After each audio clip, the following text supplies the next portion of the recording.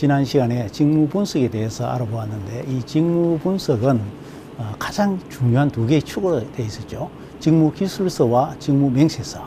그래서 이 직무 기술서는 그 직무를 수행하는 데 있어서 일과 관련되는 직무와 관련되는 내용이고, 직무 맹세서는 그 일을 잘 수행하기 위해서 인적 자격 요건을 어떻게 갖추느냐, 사람하고 관련되는 것이었죠.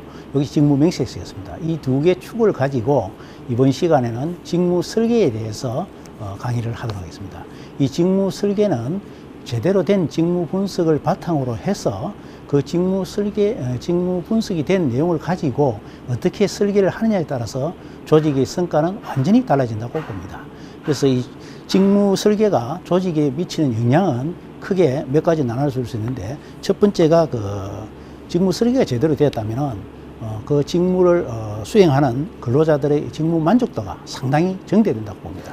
두 번째는 그 근로자의 직무 생산성이 또 향상되고, 그 다음에 이런 직무에 자기가 만족도가 높아가기 때문에 이직이나 결근율이 감소되고, 그 다음에 제품의 어떤 질적 개선, 그 다음에 원가 절감, 이런 부분에도 상당한 효과가 있고, 또 자기가 거기에 만족하기 때문에 그 직무에 대해서 관심이 있고 잘 적응하기 때문에 교육훈련이 조금 많이 소요되지 않습니다. 그래서 교육훈련 비용이 감소되고, 자연적으로 직무에 만족하기 때문에 그 적합성, 또 관심도 있고 하기 때문에 상하 간의 인간관계도 좋아지기 때문에 상하관계의 인간관계도 개선되고, 또 새로운 기술 도입이라든지 이럴 때 신속히 대응할 수 있는 그런 어떤 조직에 미치는 영향이 될 수도 있습니다. 그렇다면은 이 직무 설계를 하는 목적이 어디 있느냐? 궁극적으로 보면은 조직의 목표를 달성하는데 가장 효율적으로 어떻게 조직의 목표를 달성할 수 있느냐? 그걸 맞추기 위해서 직무 설계를 한다고 보면 되겠습니다. 그래서 이 기업 조직에서 목표 달성이라는 과제는 종업원의 의지가 제일 중요하다고 생각합니다. 종업원의 의지가 없이는 우리 기업의 목표 달성을 할 수 없다고 생각합니다. 그래서 종업원이 그 의지를 나타낼 수 있는 것이 그 직무 설계가 얼마나 바람직하게 되어 있느냐는 그것이 가장 중요한 관점이라고 볼 수도 있겠죠. 그래서 종업원들의 모티베이션 향상, 동기부여를 시켜줘야 됩니다. 근로 의욕을 고취시켜 줬을 때 그 직무에 대한 만족도가 올라가는 것이고, 그 다음에 자기에게 가장 맞는 그런 직무를 설계해 줘야 됩니다. 자기 직무에 맞지 않는 걸 설계하면 적성에 맞지 않기 때문에 생산성이 떨어집니다. 세 번째는 직무의 범위를 명확하게 해서 자기가 직무의 양이라든지 직무의 어떤 난이도, 직무의 중요도, 이런 부분들이 잘 조화롭게 이루어질 수 있도록 해줘야 되고, 그 다음에 낭비적인 요소가 있으면 그걸 제거를 함으로 해서 원가 절감이 되겠죠. 그 다음에 직무의 만족도가 높아가면 높아갈수록 이직이나 그 다음에 훈련비, 이런 부분이 적게 들 겁니다. 그래서 새로운 분야에 어떤 적응하는데도 직무 설계가 어떻게 되어 있느냐에 따라서 그 직무를 수행을 잘 할 수 있는 그런 개인의 역량을 발휘할 수 있는 계기가 된다고 봅니다. 그래서 이 직무 설계의 접근 방법은 세 가지 측면에서 우리가 한번 볼 수 있는데, 첫 번째는 전통적 직무 설계, 두 번째는 현대적 직무 설계, 그 중간에 근대적 직무 설계, 세 가지로 분류할 수 있는데, 첫 번째 이 전통적 직무 설계는 직무 중심으로 합니다. 직무 중심으로 해서 사람을 적응시키는 것. 여기 바로 전통적 직무 설계인데, 아담 스미스의 분업이라든지, 그다음 테일러의 과학적 관리법, 이런 것들이 체계화됐을 때 전통적 직무 설계에 많이 활용이 되었죠. 그때는 이미 아담 스미스 분업하고 테일러의 그 과학적 관리법인 전문화, 이 분업과 전문화가 능률을 높이는데 가장 기본적인 전제 조건이 되었습니다. 그래서 이 전통적 직무 설계의 장단점을 한번 보면은, 장점으로는 과학적 어떤 실험을 바탕으로 했기 때문에 작업자의 효율성을 증대시킬 수 있고, 직업의 전문화, 단순화시켰다는데 장점이 있고, 그 다음에 저숙련자들도 이 직업의 어떤 전문화, 단순화가 되기 때문에 그 직무를 할 수 있었기 때문에 경제적인 어떤 이점도 많이 있다고 봅니다.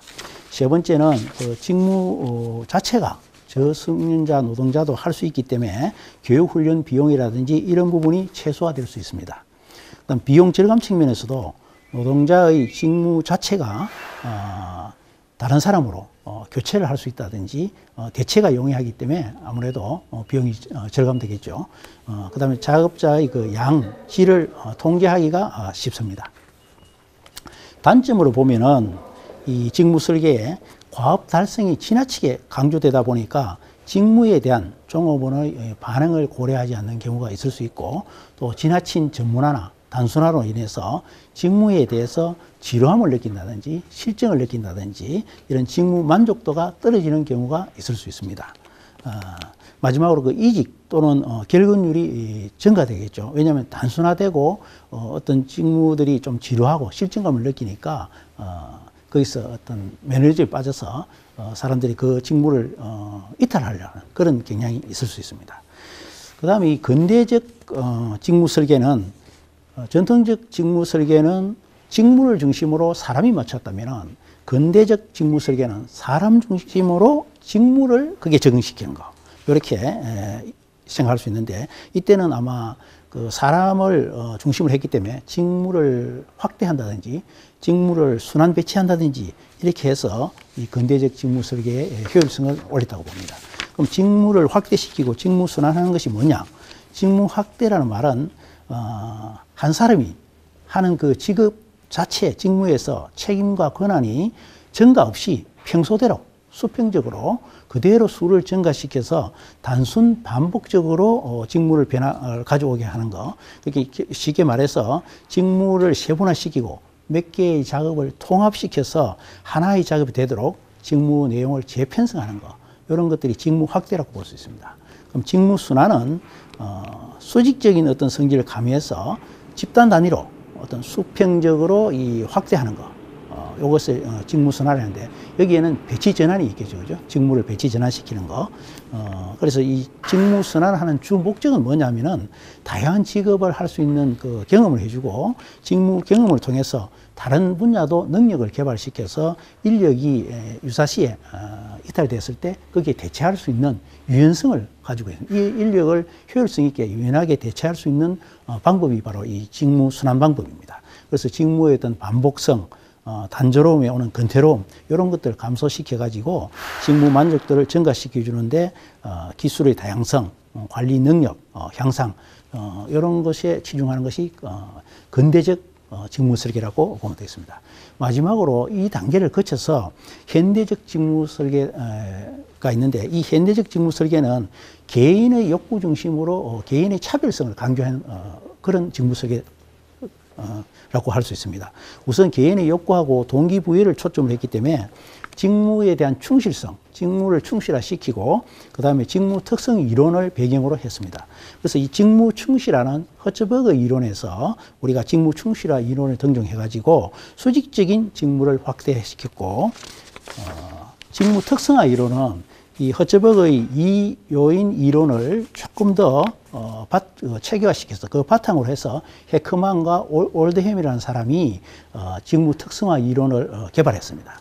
이 직무와 특성 이론은 일률적인 어떤 직무 확대를 하거나 직무 충실화를 하는 것이 아니고, 개인화를 고려해서 각 개인마다의 그 특성을 살려서 직무 설계를 했습니다. 그래서 개인에게 가장 적합한 직무를 설계하다 보니까 개인마다 동기부여가 되고 조직의 유효한 생산성을 올릴 수 있는 그런 계기가 되는 그런 이론입니다. 그래서 이 직무 설계 중에는 이 헤크만과 홀드햄의 그 직무 특성의 이론, 이것이 개인의 독특한 욕구, 어떤 기술, 능력, 이런 것들이 작업 환경에 매칭돼서 각 개인을 상향하게 특성 있게 직무를 수행할 수 있는 방법으로 설계된 이론입니다. 제일 적합한 이론이 바로 이 현대적 직무 설계입니다.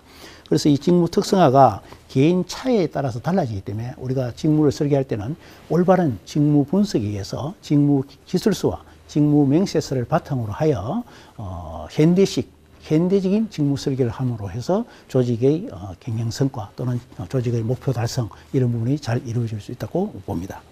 결론적으로 직무 설계를 통해서는 이 구성원들이 그 직무에 대해서 만족을 해야 됩니다. 만족을 했을 때 생산성도 올라가는 거고, 이직이나 결근이라든지 이런 이탈 현상도 반노입니다. 그래서 동기 유발을 시켜가지고 직무가 만족할 수 있도록 현대적인 어떤 직무 설계를 하는 것이 가장 바람직하다고 생각합니다.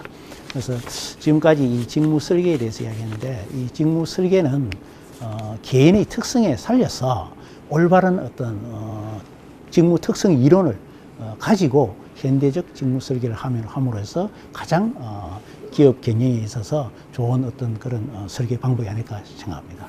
이상으로서 직무 설계에 대해서 마치도록 하겠습니다.